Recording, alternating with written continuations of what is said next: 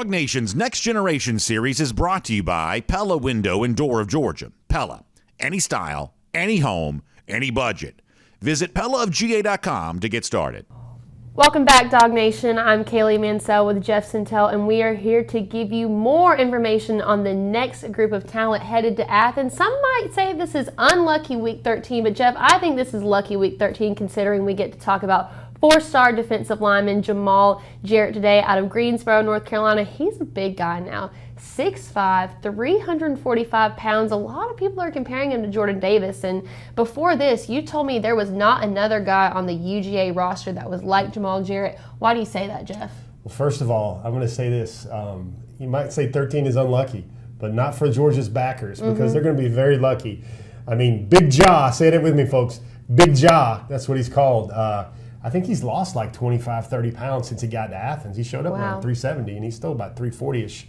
The reason why, and I hate doing this but that's the way people think. They're like, if you say a name, you have the mnemonic, the association game, they're like, oh, wow, we're talking about something now. And here's where I think he's like Jordan in terms of, especially in the spring and especially in his first year at Georgia, I think what Jamaal Jarrett is probably going to be, and maybe for the greater part of his football career, is he's going to be a run stopper. He's going to be a guy that plays that zero, plays that nose, like some of Georgia's great ones that have in the past. Jordan Davis did it. You saw, like, going way, way back, some of Kirby's first teams, they had that great stout anchor in the middle of the front. And that's why I don't think Georgia has a true zero quite like Ja, because he's every bit of 6'5", he's 345.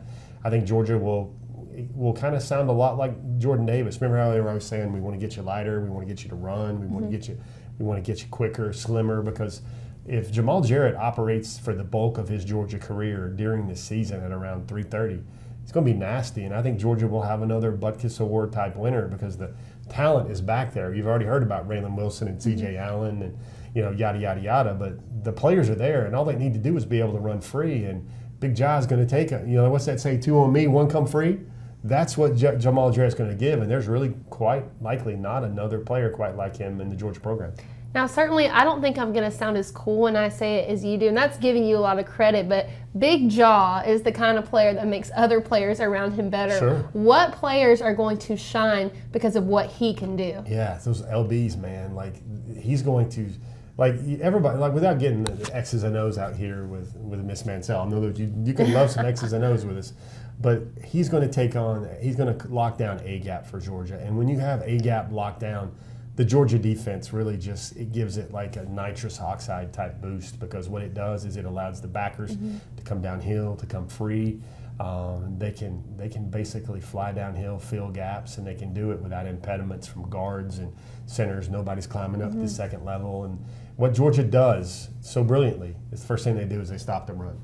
And you're not going to run on the Dogs. Nobody really runs on the Dogs. Remember that stretch where there were like no rushing touchdowns for forever? I think Jamaal Jarrett is a big piece of those run-stopping defenses going forward.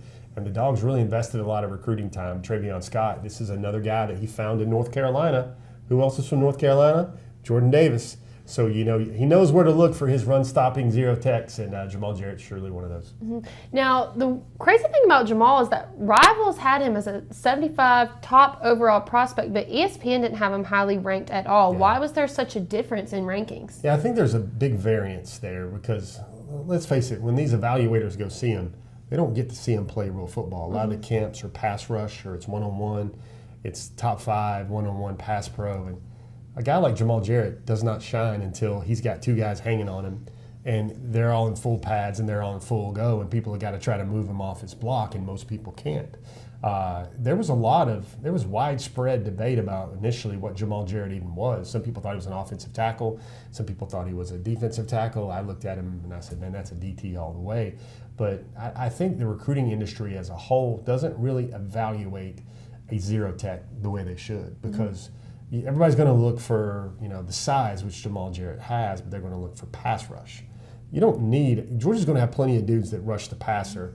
Jamaal Jarrett will not need to get to 6-8 sacks because Jordan Davis didn't get to 6-8 sacks a year. What he does, he just needs to be great at it. He can play a long time on Sundays if he just is great at locking down A-gap and holding down as a zero tech. And I think, basically to sum up the point, is they have a hard time evaluating the worth of true nose guards in terms of the national recruiting rankings. Now, our man Big Jaw here did recently get in some social media trouble, said something on Instagram Live that he probably shouldn't have said. What are your thoughts on that? First of all, that wasn't the Jamaal Jarrett I got to know. Yep. Really cool kid, very fun-loving kid, loved to smile. I remember this was about 3 weeks probably before his commitment, and he was working out. And he was working out on an old field where his previous high school was. And he was working out with two of his best friends in the world, and those were two friends from his old high school, the one when he was a freshman. Now, Kaylee, you and I know we've covered a lot of high school football, is like, if you're a really good player, you normally don't stick with a losing team or a team that doesn't win a lot of games. Yeah.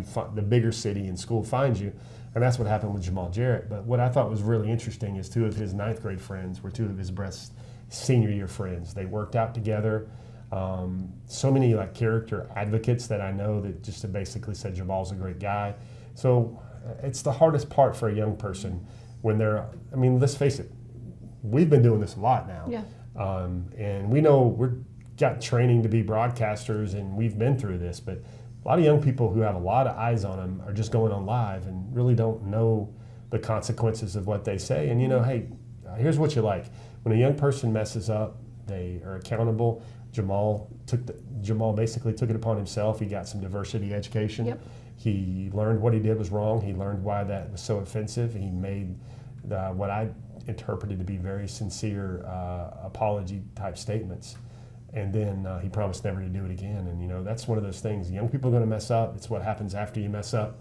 And I think Jamaal Jarrett learned a lot. Much needed lesson for him that I know he'll grow from. I know he'll learn from, and he'll be a better person because of it. And I actually want to take a second to second you on that. I wasn't going to contribute to this overall conversation, but in an age of cancel culture, you see a lot of forced statements, forced apologies. Like, I'm not really sorry that I did it, but I'm sorry that I got caught. And I read his statement. I could feel the sincerity from it. And like you said, he's a young person. He's still got a lot of room to grow and develop. And I have no doubt that he will get that growth and development and education he needs under Kirby Smart and the Georgia Bulldogs. So excited to see what Jamaal Jarrett does on the field this year. I know you are too. Guys, make sure to tune back in with us next week for more on all the talent headed to Athens this fall.